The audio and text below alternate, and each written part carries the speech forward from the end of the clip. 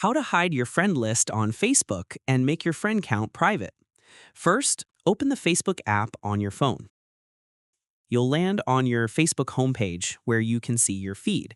Now, tap on the menu icon at the bottom right corner, then tap the settings gear icon at the top right. Scroll down to the audience and visibility section. This is where you control your Facebook privacy settings. Tap on how people can find and contact you, then select who can see your friends list.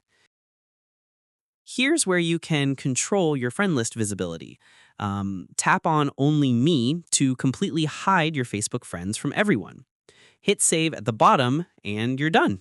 Your friend list is now private, and nobody can see how many friends you have on Facebook. That's how you hide your friend count and protect your privacy on Facebook. If this helped, leave a like and drop any questions in the comments below.